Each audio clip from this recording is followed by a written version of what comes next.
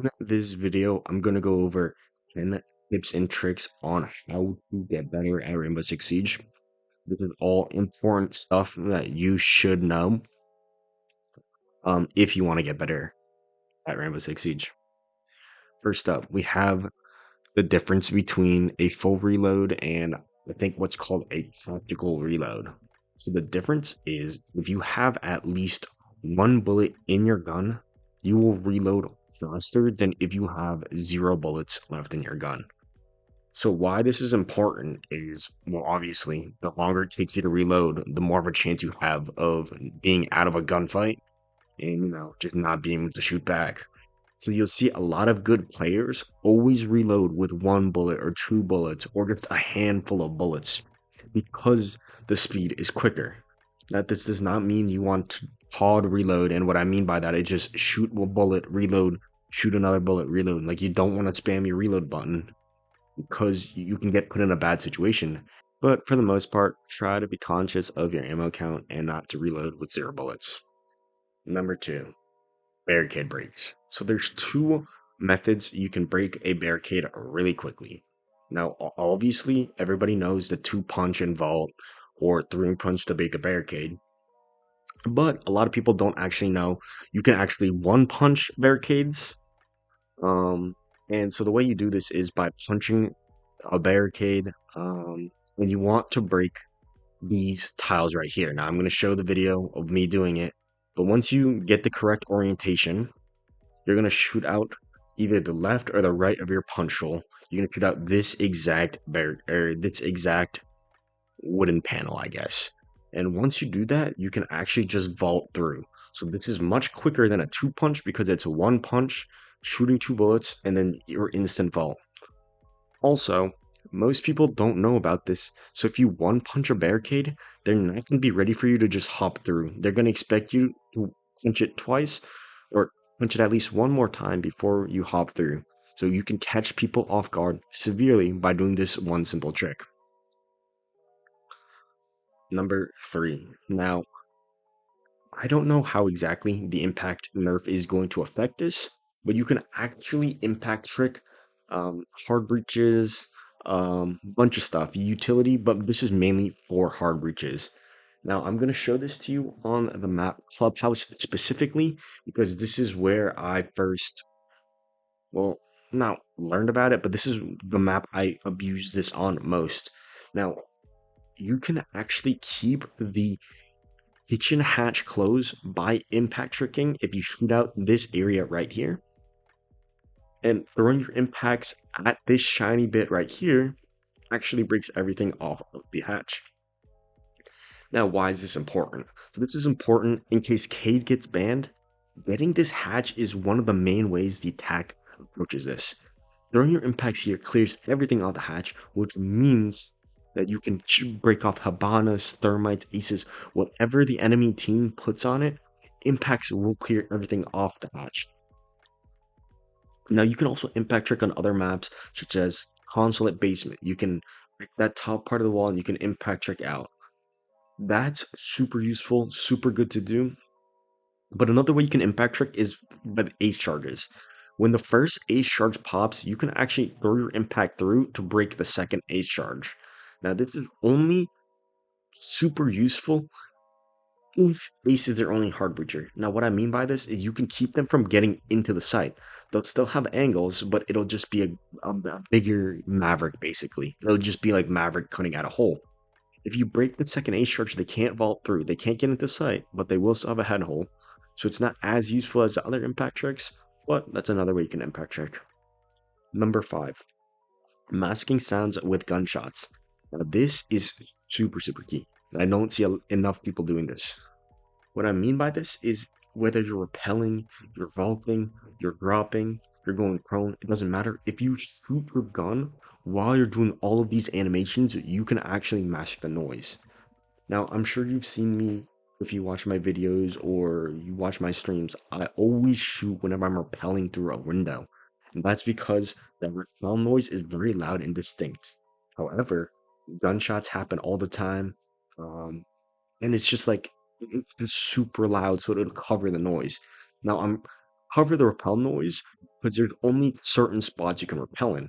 You can only repel through windows, so the defenders are more likely to know where I'm at as opposed to a gunshot because I can just shoot my gun anywhere I want. Masking noises is super important, especially if you're in a 1v1, because you can put yourself at a huge advantage. If you're in a 1v1 and you go prone, that noise is super loud. But if you keep your gun and you go prone, especially with the new ACOG system, and like the removable 1.5, you can actually be out of someone's line of sight just by going prone. And the way you take the full advantage of that is to make sure they don't know you're prone. So you want to shoot your gun to make sure they can't hear you go prone. Make sure you're masking your movements with gunshots because it is super useful and vital to getting better at the 6 siege. Number 6. This is going to be specifically for Mira. Now I'm going to teach you two important things that I don't see enough people doing. The first one is setting up your mirrors correctly. I see way too many people just tossing down their mirror on a wall and not setting it up correctly. I'm going to show you the correct way right here. If your reinforcement is on the right side, and you want to peek the mirror from the left side, you want to put the mirror as far left as you can go. Now, the way you do this is you start on the left and you slowly work your way over until it gives you the placing prompt. Doing this gives you the longest time that you have a line of sight on your target, which is super important as you get into higher and higher lobbies because it will give you the biggest advantage to get free kills on your enemies. Now, if you're not doing this, you're going to be missing out on a good chunk of your Mira window, which means that it's not as overpowered as it can be. And Mira is one of the best defensive ops. So if you want to do this correctly, if you want to abuse Mira correctly, make sure you're doing this trick. Now, the second trick for Mira is to clear her mirror windows. Now, what I mean by this is when you put down a mirror, there's a lot of white area around your mirror window.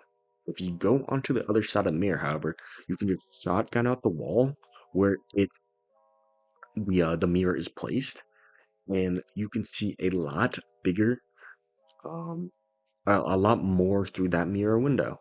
Now, it doesn't seem that important or that big, but that's the same idea as previously. If you're using Mira, you want to abuse it to the fullest potential, so you might as well get the widest or the largest field of view. Number 7, Sophia's concussion. Now, this is going to be a really quick one, but I'm not sure if everybody knows this. But if you shoot Sophia's concussion mine into an area and somebody is in that nearby area, it will instantly go off. I'm going to show a couple examples.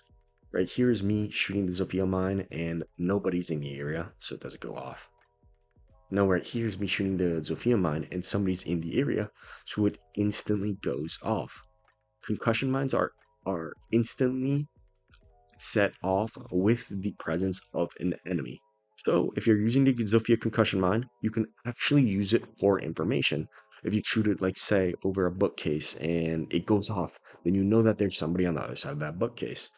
So you can actually use it for information as well as a concussion grenade. Number 8, proning on a staircase. Now, I know it's not really a tip, but if you prone on a staircase, you get super deep angles that give you one ways on the attackers. Now, I'm going to show you what it looks like from my POV when I'm on a staircase, and then what it looks like from an attacker's POV when they're walking up the staircase. These staircase positions are actually power angles because nobody is going to be checking the staircase. Like when I'm walking up the staircase, if I'm at the bottom of the staircase, I'm looking at the top of the staircase as I'm walking up because I'm expecting somebody, if there's anybody, to be at the top. However, if you're on like the landing section in the middle, you can get free kills because nobody's going to be looking at you. Nobody's going to be expecting you. And if you're prone, you can barely be seen. these are super strong because these are a super easy way to get free kills. Number 9, smoke grenades. Now, I know smoke grenades are not in the meta currently, but they are actually really strong. There's a bunch of one-way smoke angles that you can learn. Now, I can't show every single one, but basically what I mean by this is you can smoke out like higher up in the room, right? So like on a desk or on a table, and it will only smoke head angles. So when the defenders try to walk through, you can see their legs sticking through the smokes, and you can get free kills. Because obviously, if the defenders are looking into a smoke grenade, you're not going to see anything. But you, as an attacker, you can get free kills because they can't see anything, but you can still see their whole body. Now, I know this isn't super useful. It's not really in the meta right now to learn smoke angles. But if you're struggling to get free kills and you're struggling to get plants down, smokes are super crucial to get plants down. The way people use smoke grenades is they throw a smoke and then they plant in the smoke. You cannot be planting in the smoke ever because the defenders are going to throw nitro cells at the smoke grenades. And if you get nitro cell while you're planting, you're probably dead.